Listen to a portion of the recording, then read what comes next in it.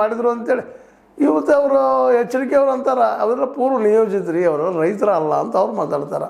ಸಹಜದ ಅದು ನಿಜವಾಗಿ ರೈತರಾಗಿದ್ದರೆ ದೊಡ್ಡ ಪ್ರಮಾಣದಲ್ಲಿ ರೈತರನ್ನು ಕೂಡಿಸಿದ್ರೆ ಅವರು ರೈತರ ಮಧ್ಯದಲ್ಲಿ ಹೋಗಿ ಮಾತಾಡಿದ್ರೆ ನೀವು ಯಾರು ಬೇಡ ಅಂತ ನಿಮಗೆ ಕನ್ವಿನ್ಸ್ ಮಾಡೋರು ಎಲ್ಲ ರೈತರಿಗೆ ಒಂದು 20% ರೈತರು ಅದಾರಲ್ಲ ಅವ್ರು ಕನ್ವಿನ್ಸ್ ಮಾಡಿರಿ 80% ಜನ ತೋರಿಸ್ರೆಲ್ಲ ಬೇಡ ಅಂತ ಹೇಳ್ತಾ ಇದ್ದಾರಪ್ಪ ಅಂತೇಳಿ ಇವರೆಲ್ಲರೂ ಇದಾಗಬೇಕು ಮಾರಬೇಕು ಅಂತ ಇದ್ದಾರೆ ಅಂತ ತೋರಿಸ್ಬೇಕಾಗಿದೆ ಇವತ್ತು.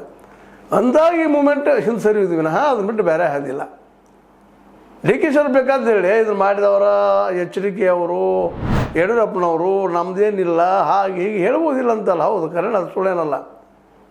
ಅದ್ರ ನಂತರದಲ್ಲಿ ರೈತರ ಬಿಸಿ ಎತ್ತಿದ ಮೇಲೆ ಹೌದಪ್ಪ ರೈತರು ಬಿಡುವುದಿಲ್ಲ ಅನ್ನೋ ಗ್ಯಾರಂಟಿ ಆದಮೇಲೆ ಅವ್ರು ಹಿಂದೆ ಸರ್ತಾರೆ. ಅವರು ಸಹಜ ಅನ್ನಿಸ್ತದೆ. ಇವತ್ತು ನೋಡ್ರಿ ನೀವು ಎಲ್ಲ ರೈತರು ಎಲ್ಲಿ ಯಾರು ಇಂಟರ್ವ್ಯೂ ತೊಗೊಂಡು ಎಲ್ಲ ಮೀಡಿಯಾಗಳಿಗೆ ಅದರಲ್ಲೂ ಯೂಟ್ಯೂಬರ್ಸ್ಗಳಿಗೆ, ಯಾಕೆಂದ್ರೆ ದೊಡ್ಡ ಮೀಡಿಯಾಗಳು ಹೋಗೋದೇ ಇಲ್ಲ. ಯಾವಾಗ ಯೂಟ್ಯೂಬರ್ಸ್ಗಳು ಜೋರ್ದಾರಾಗಿ ಪ್ರಚಾರ ಮಾಡ್ಲಿಕ್ಕಂತಾರೆ ಆಗ ಇವರೊಂದು ಏನೋ ಹಿಡ್ಕೊಂಡು ಹೋಗ್ತಾರಲ್ಲ ದೊಡ್ಡ ಮೀಡಿಯಾದವರು. ಅದರಲ್ಲೂ ಕೆಲವೊಂದು ಜನ ಇದ್ದಾರೆ ಮಿಡಲ್ ಮೀಡಿಯಾಗಳಂತಲ್ರಿ ಮತ್ತೇನು ಅಲ್ರಿ ಅವ್ರು ಹೋಗಿರ್ತಾರೆ ಮಾಡ್ತಾರೆ. ಆದ್ರೆ ಇವತ್ತೇನು ಕಾರ್ಪೊರೇಟ್ ಮೀಡಿಯಾಗಳದಲ್ಲ ಅವ್ರು ಲಾಸ್ಟ್ ಮೂಮೆಂಟ್ ಬಂದು ಸ್ವಲ್ಪ ಹೋಗಿಬಿಡೋರು. ಅವ್ರೇನು ರೈತರ ದುಡ್ಡಿನಿಂದ ವ್ಯೂವರ್ಸಿಂದ ನಮ್ದು ಆಗ್ಬೇಕಂತೇನಿಲ್ಲ. ಅವ್ರು ದೊಡ್ಡ ಪಾರ್ಟಿ ಅದರಿಂದ ಕಾರ್ಪೊರೇಟರ್ ಇದ್ದಾರೆ ಅವ್ರು ದುಡ್ಡು ಕೊಡ್ತಾರೆ ನಡೆಸ್ಕೊಂಡು ಹೋಗಿಬಿಡ್ತಾರೆ. ಅವ್ರಿಗೆ ಅದು ಅಂಥ ವಿಚಾರಗಳು ಹಬ್ಬಿಸೋದು ಬೇಡಾಗಿದೆ.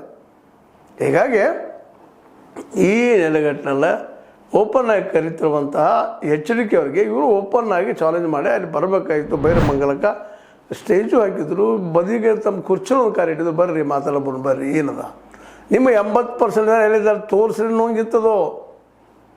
ಇನ್ನು ತೋರಿಸ್ಬೇಕಾಗಿದ್ದು ಡಿ ಕೆ ಶಿವಕುಮಾರ್ ಅವರು ಸುಮ್ಮನೆ ಏನೂ ಹೇಳೋದಲ್ಲ. ಹೌದು ಆಮೇಲೆ ಆರೋಪ ಮಾಡಿದ್ರೆ ಅವರ ಮಾಡಿದ್ರು ಹೌದು ಗೊತ್ತಾಗಿದೆ ಅವ್ರಿಗೆ.